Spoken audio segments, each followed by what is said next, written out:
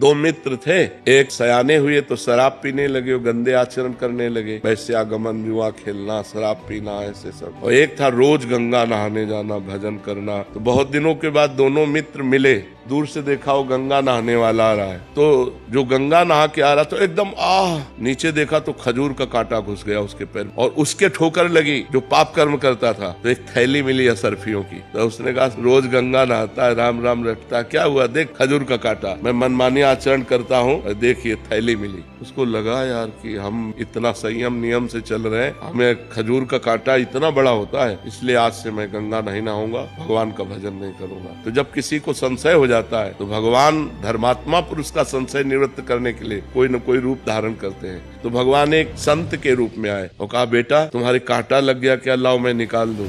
तुम भगवान का भजन करते हो इसलिए तुम धन्य हो। तो उनका अब ये सब बातें हमको मत बताओ कि धन्य हो, धन्य वो है। तब उनका बेटा तुम्हें उसे पूर्व जन्म की बातें याद नहीं, तुम्हारा पूर्व जन्म में इस समय तुम्हें सूली की सजा मिलनी थी, खजूर के कांटे से इसलिए निकल गई कि तुम गंगा नहाते हो, नाम जप करते हो, और इसे चक्रवर्ती सम्राट होना था। और ये अपने पाप कर्म करके बस ये आखिरी थैली है, ये जहाँ भोग लेगा तो इसको दुर्गति प्राप्त होगी, और तुम्हारा ये कांटा ही आखिरी है, और ये जहाँ हटा, इसकी पीड़ा हटी तो तुम आगे परम धाम को परम लाभ प्राप्त करोगे।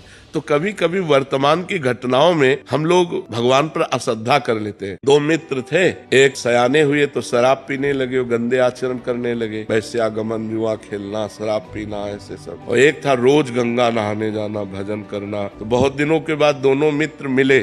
दूर से देखा वो गंगा नहाने वाला आ रहा है, तो जो गंगा नहा के आ रहा तो एकदम नीचे देखा तो खजूर का कांटा घुस गया उसके पैर में, और उसके ठोकर लगी। जो पाप कर्म करता था तो एक थैली मिली असरफियों की। तो उसने कहा रोज गंगा नहाता है, राम राम रटता है, क्या हुआ, देख खजूर का कांटा, मैं मनमानी आचरण करता हूँ, देखिए थैली मिली। उसको लगा यार कि हम इतना संयम नियम से चल रहे हैं, हमें खजूर का कांटा इतना बड़ा होता है, इसलिए आज से मैं गंगा नहीं नहाऊंगा, भगवान का भजन नहीं करूंगा। तो जब किसी को संशय हो जाता है तो भगवान धर्मात्मा पुरुष का संशय निवृत्त करने के लिए कोई न कोई रूप धारण करते हैं। तो भगवान एक संत के रूप में आए और कहा, बेटा तुम्हारे कांटा लग गया क्या, लाओ मैं निकाल दूं।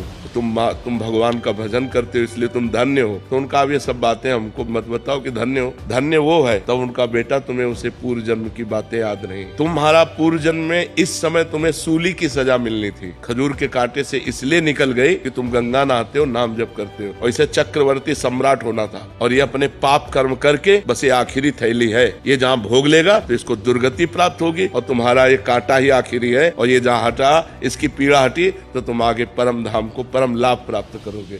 तो कभी कभी वर्तमान की घटनाओं में हम लोग भगवान पर अश्रद्धा कर लेते हैं।